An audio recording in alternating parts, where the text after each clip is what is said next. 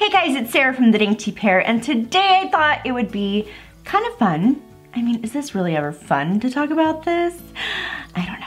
But I thought it would be a good day to have an anxiety chat. It's been a little while since we've had one, and I wanted to give you guys some really good information and some really cool insights that I learned recently. I talked recently on Instagram stories about this topic, and a lot of you wanted to kind of hear more, get some insights from either therapists that I've chatted with or research that I've done. So I'm gonna try and be a little bit better about sitting down and just having those kind of conversations. So that is what this is. This particular thing we're talking about now stemmed from me having a hard time being able to disconnect what happens in the news or with friends or whatever from what's happening with me and my family, because I feel like sometimes I'll take on a lot of what other people are feeling. I don't think that's necessarily a bad thing, but the bad/hard thing comes when you're not able to turn it off and be able to separate it and say, that's not my situation, because it kind of all jumbles together sometimes when you have anxiety.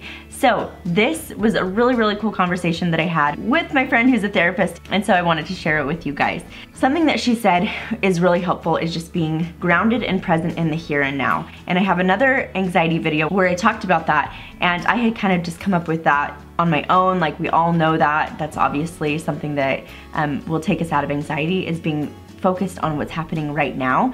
But of course, it's nice to just kind of hear it from another source and be like, okay, yes, that is right, that's what we should be doing. The other thing she said was all you can really do is ground in the truth of what you do know. A lot of times with anxiety, our minds will be thinking way far forward in the future and be making up all these stories, telling us all these lies, and what we need to do is just ground in the truth of what we do know. Where is my family right now, in this exact moment? Instead of letting our minds kind of run wild and kind of get away from us. Another tip that she said was using the Headspace app. So this is something that I've recently downloaded onto my phone. I haven't done a ton with it, but they do have an Apple Watch version of it, which I've used a few times. And basically, it's kind of funny. It seems really silly and simple, but it has this fingerprint come up on the screen, and it says, put your finger on this fingerprint, and then you hold it there for a certain amount of seconds, and you kind of have to apply the right pressure, and then when the seconds are up, then you're done.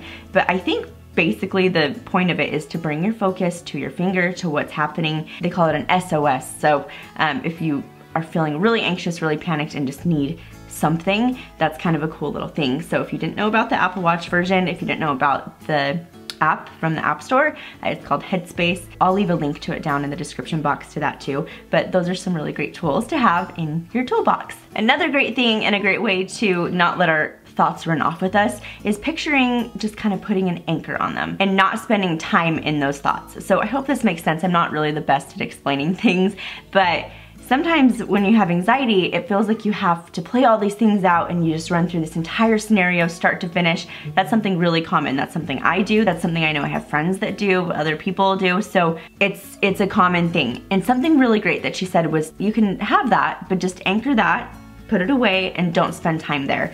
And you can kind of think of it like changing the channel on a TV show. So if you have an anxious or scary thought, instead of sitting there and like going through the entire scenario, she's like, change the channel. You don't have to finish playing out the entire scary situation in your mind. You have the power to change the channel. And I absolutely loved that and thought you guys might like that too, just having the concept of knowing that we can interrupt our own thoughts. We don't have to stay in any place in our mind that we don't want to be.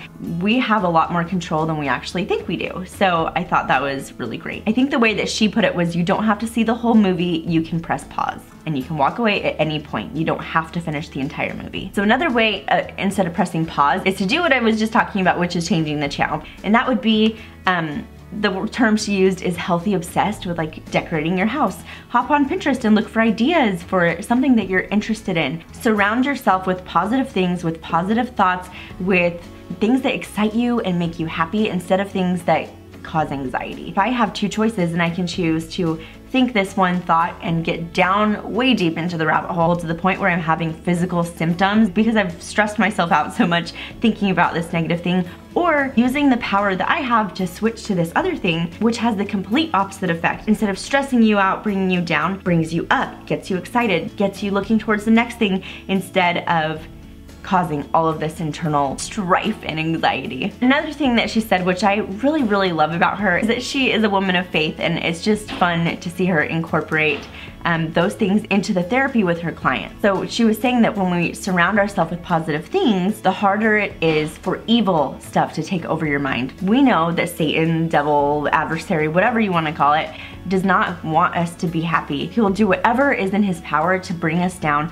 to distract us, to make us sad, to make us worry. And when we're surrounded by more positivity, even if it's just in our minds and we're just thinking that way, the harder it is for evil to take over. One of my favorite books that I read in high school was Man's Search for Meaning, and Viktor Frankl, the author of that, was really, really good at taking this awful situation that he was in and still being able to see the positive in his mind. And he attributes that to what got him through and being in this awful concentration camp situation. So I feel like if he can do it in a really, really hard situation, what stops us from doing it in our everyday lives? It's so much easier said than done, but we are really positioned in a good, or at least better situation than he was. So I know we have the power to do that. Because when we are dragged down, when we're sad, when we're anxious, that is the foothold that Satan needs to drag us down even further. Many, many times there are chemical imbalances that are causing this, and that can be discussed with your doctor and figuring out a plan for you. But in an everyday, just normal anxious situation, let's not give the adversary power that he needs to drag us down, and we can choose that faith over fear. It is so hard. In an anxious moment, that is the last thing on someone's mind, is choosing faith over fear. It takes practice. I've noticed that I feel like I'm a really positive person, but even in an anxious moment, being positive is not my first reaction. It's just fear. It's being scared. It's being worried. It's being all of those things that come with anxiety. So really disrupting that cycle and trying to practice having the faith or the positivity or changing the channel or pressing pause, all of those things take practice, but the more we do it, the easier it becomes to use it in one of those tough situations. That's all that I have for today. I hope that that was helpful to at least one of you. That would make all of this worth it. So I hope you guys have a great day. Remember to subscribe if you'd like to see more videos. We talk about more than just anxiety here, but it is important to me. It's something that I really want to be changing the conversation about. It's something that I want people to be able to talk about, because when you are in your own mind just anxious or sad, it's a big deal. It's hard. And so I want you guys to be able to talk about it openly and hopefully get any help or support that you need. I hope you're getting that. So that is all for now. Thanks for watching, and I'll talk to you later.